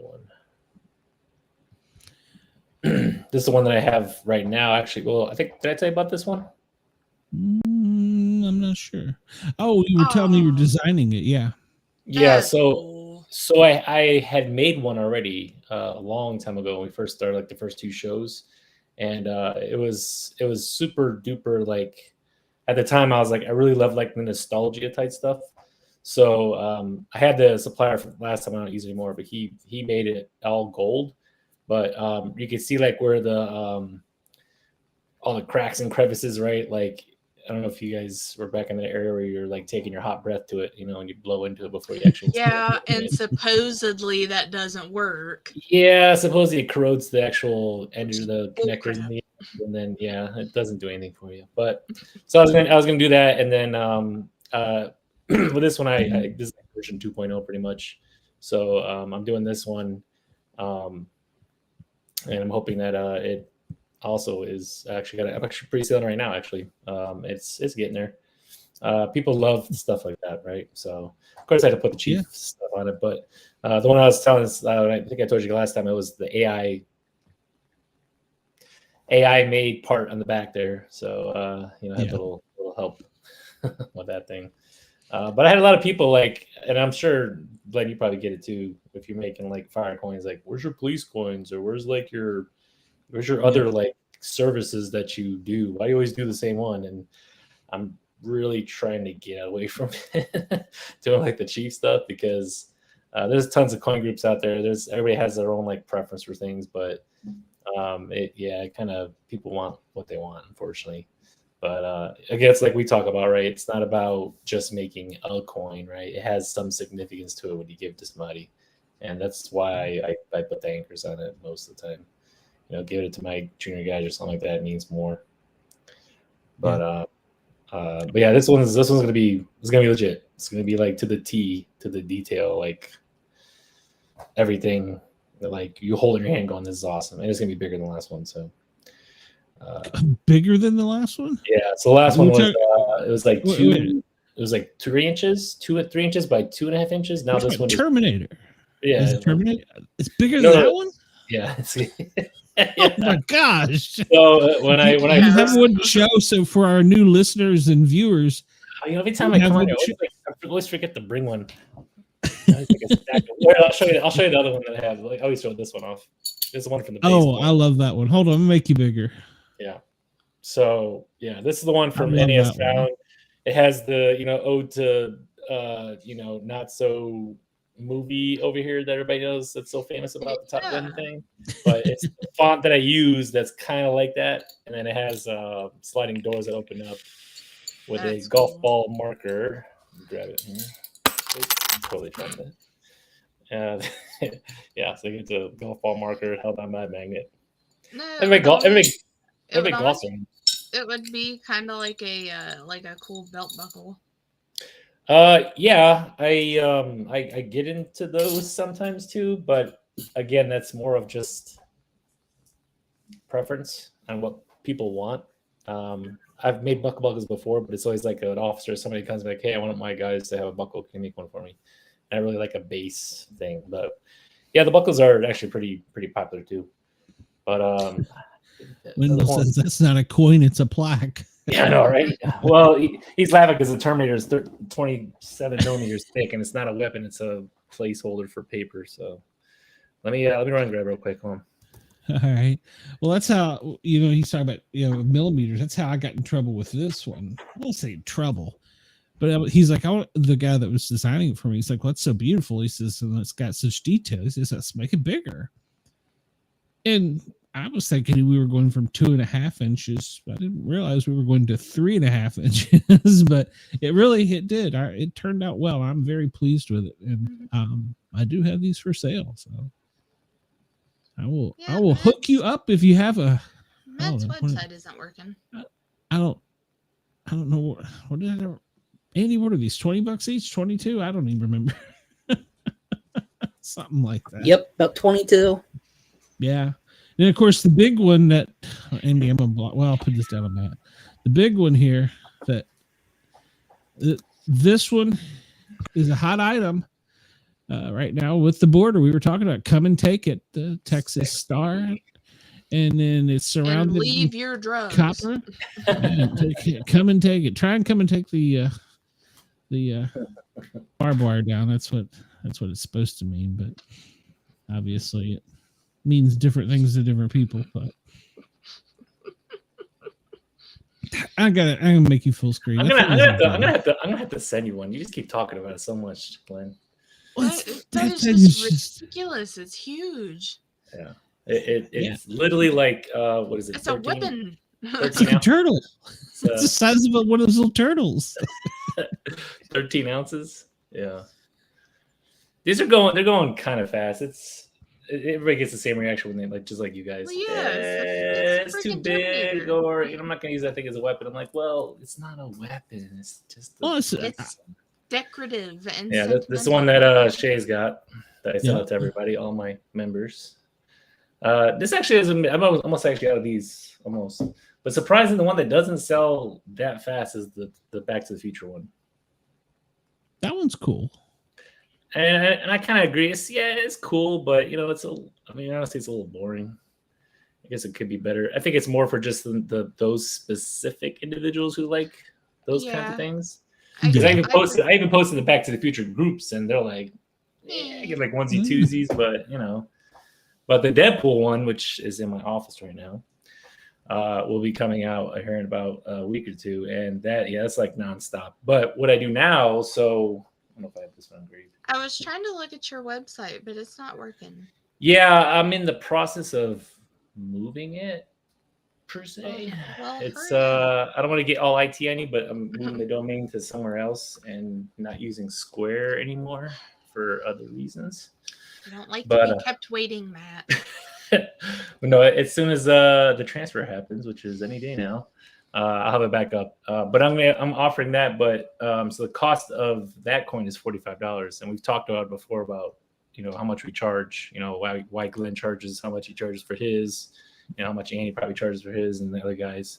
And so to offset the cost this time, they're actually able to have engravings done on their coins before they get them. Oh, so nice. I got a picture here. Let's see, where is it? Where is it? So now they can, like, if you want to have like an engraving of like a serial number. Oh, that's cool. So you have a serial number. You can have I am the best at what I do, right on there. That's cool. You can have the actual Wolverine on there vectorized if you want, whatever you want. Can I get one? Cool. That Good night, Wendell. Thanks for tuning in. Can I get one and put Trav sucks balls on it? Totally. Just don't say you got it from me. Gotcha. I bought it off the dark web. The dark web, yeah, totally. What are you talking about? Oh no, I've already got a bunch of requests. Could I get number 69? Like, really, dude? Come on, calm down. Please. Like, it's not, as long as it's not anything you don't want to show your grandma, then yeah, sure. It's anything I'll engrave it for you. But it helps. It helps off that. I need you to put 69 and then ... Nice. Yeah, I can do that too if you want. We can have little hidden innuendos in there too of things. Let me in. Well, the one I'm wanting to work on. I just haven't figured out how to get that person in a What about the alien one? Yeah, I've been throwing that one. I've been trying to like hint it. But now I'm going to do something with police, but I don't know what. So make Bigfoot a police officer. I don't know. Put a hat on him and then give him a gun. I could do that. You're the guy. You got Fred Flintstone in the Deadpool outfit. Put a Bigfoot in the police outfit, man. Yeah, I could do. Well, I've got a Bigfoot firefighter patch. So there you go. Yeah, have them freaking clawing out of it or something like we did with the pickle off of what's his coin. Just something cool. Oh, I can't wait to. I don't know. He's promised us something. He's like, I've got something for you. What? Because he feels like he made the mistake. The salesman. I was like, dude, you didn't make the mistake. You caught it. I mean, I don't know if he caught it, but I said you were the one that made the decision before I even got back to him. Yeah. But it did come out pretty sweet, though. I mean, yeah, that coin is actually pretty legit. Well, the sides and it's a look a lot monster better. size, yeah. That's like that thing's huge. That's like full. Huge. yeah. So, but yeah, I wonder how much they're gonna sell it for. I have no idea. I mean, I know what she paid, but you know what she paid, right? Okay. Yeah. But I was really surprised because a lot of times, when you're dealing with the manufacturer's reps, some of them are nice, some of them are jerks, which I found out with this last coin. And depends on what day you catch them. Yep. But this guy, he came to me and he's like, "Look, what do you think? He goes, I sent him back and said, try and polish it off. And so he sent me more pictures where it was sellable. It was okay. And I said, okay, well, now I'm going to present it to her. And so I messaged her and sent the pictures. And I said, I'm not going to give you my opinion what to do either way, which I didn't. And so she told me what she wanted. Before I could get back to him, he said, they've all been destroyed. Like, what? No, melted down and destroyed. I was like, dude, seriously. You could have saved me one. Is it like 100? Yeah, she ordered 100, yeah. Wow. So, they just melted down 100 coins. yeah. So surprised somebody wasn't taking out in China, taking out back and shot in the head. Jeez. Well, you don't know who you were talking to, whether it was the boss or not. So, well, the lady that helped me with the Texas coin, there was no uncertain terms. I would never make another coin through you again, ever. To be fair, though, what you wanted, you were doing your best to explain it, though. I knew what your vision was. That's why I was trying to help you during that time. Yeah. You have to be so, like, you with the Deadpool coin, like, you have to be very, very specific on how you. Yeah, when I do the pill one, when I figure it out, you're probably gonna have to Google Translate. Doesn't always work. No, use Chat AI, not Google Translate. Come on, Glenn. The Chat AI can talk for you in any language. I'm still learning this stuff, man. It's a whole new world out there for smarter, me. not harder. I got you. Yes, I'm gonna make something with police, and I know in the police groups there is a coin that is round and like a teal colored, and it has the stamp on it like it is an actual Oxycontin or oxycodone pill. On one side, that's the entire side of it's pill shaped. That's the entire side of it. And the other side is the departments, or whatever department. What a coin. Can't keep them. Can't keep them in stock. And I'm like, the hell? So, man. Yeah. So sometimes that's why designs. Yeah, it's a simple designs, man. Yeah, it's very simple. So let me see. I think I got another one. There's one that these people have posted on the group, and it's like The Office. One side looks like the But the sad thing is, I became an admin of that group, and we've got over 10,000 people in that group, and we're broadcasting live on that group right now. Oh, that's nice. So a guy hit me up. His wife retired from the Navy as a first class, and obviously she's a Crimson Tide fan. And it's, again, this is an example of a very simple design, right? It's literally just the U.S. Navy Security Forces badge. Like that's what it looks like. I thought that was like old school Spawn in the middle there for a minute. I was like, yeah, all right, I'm down. Yeah. But like, and then in the back, it's just the Crimson Tide breaking through the coin, kind of like effect. Yeah. Big Al. Really, really nice. Do you know how much these coins are? Take a guess how much each one of those coins are. 45. No, I mean how much it costs how much the suppliers charge. Sorry, how much he's paying. $2 a coin. Yeah, there's something going on. Prices are dropping. I don't know if you noticed $2 a coin. Now that's not mole fees and stuff, but yeah, I was like, are you sure? Because okay. Well, yeah, that's why they're getting more competitive. I'm sure. Well, they know that everybody shops around. I mean, what's stopping? And we're learning them. Yeah, and we're learning them. It's like I got one I sent out when I started. Was it the rule? Yeah, when I started the Rule Metro coin again, I couldn't remember through a long series of unfortunate events. Remember who made the original one, and I wasn't going to use. I would use the company. I just wasn't going to go to that person, and I found the company, but in my emails trying to send out to everybody, even though they had different emails and different names, I emailed the same person like 3 or 4 times. Mm-hmm. Like, come on, dude, seriously. So, yep. Yeah, and then when I found the people, they said, well, that's not your design. That's I won't do it. I was going to push the nasty button.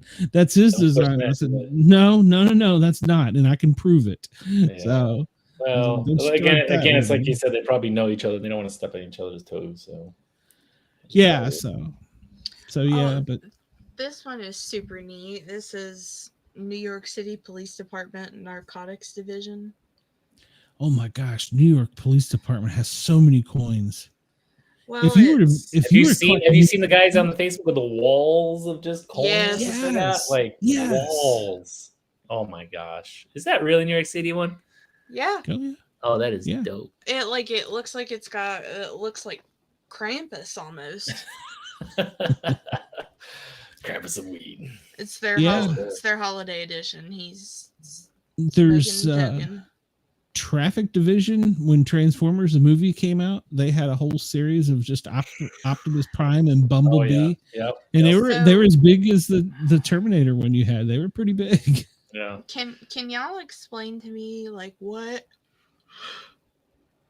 I apologize. The significance of why so many people have Star Wars coins and they say Disney police.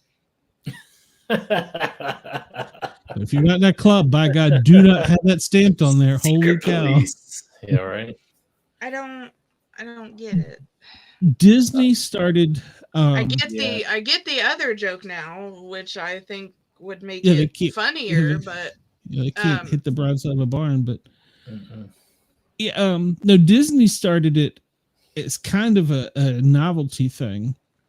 When you would come through, when they started screening people with the metal detectors, well, officers that are sworn carry no matter where they are. You could be vacationing in Florida from Texas. And so they started it as a novelty. They had their security officers. When one comes through, and obviously you're gonna know that they're an officer, give them one of these. It was a coin with the badge on one side and like Mickey Mouse is dressed as a police officer on the other. It got to be such a hot item. Police officers coming to vacation just to get the coin. It got kind of crazy. And so the Disney went a little nuts, and they had, right. well, this year we did Minnie Mouse. This year, 99, we did Donald Duck. In 2000, we did Pluto. well, And of course, they've got the whole world now with Marvel to go to. It's Well, just exploded. It's more than Marvel. They got their hands in a lot of cookie jars. Oh gosh, yeah. well, this Yeah. all So seems, many. and these ones all seem to be solely Star Wars ones too. Yeah, they got the whole Star Wars universe. It's so, and they And I love they this are green very one. niche. Which one? Yeah. The That green green one. one. Oh yeah. I thought about doing a Star Wars coin for May the 4th. May the 4th be with you. Says Ice Eero, I think. Yeah. I don't know, but The- it's cool. The one that was most popular at the show down there, I think it was the Escambia County Police Department that had the police officer that wasted his cruiser. There was a white coin that had their county patch on the back of it. So Oh, that's cool. that was a hot ticket. I was like, oh, that's so bad. So was it like a huge auditorium, Glenn? Like was it like a big gym or something, or what? About the size of a gym. It Was was about the this like size of a what you're? gym. Hold on. Yeah, it's Okay. exactly. It's just a Autofocus. pill. Yeah. Autofocus. Yeah. Well, it's white too. So Well, it's pink. Yeah. It doesn't. Yeah. I'll send it in the chat.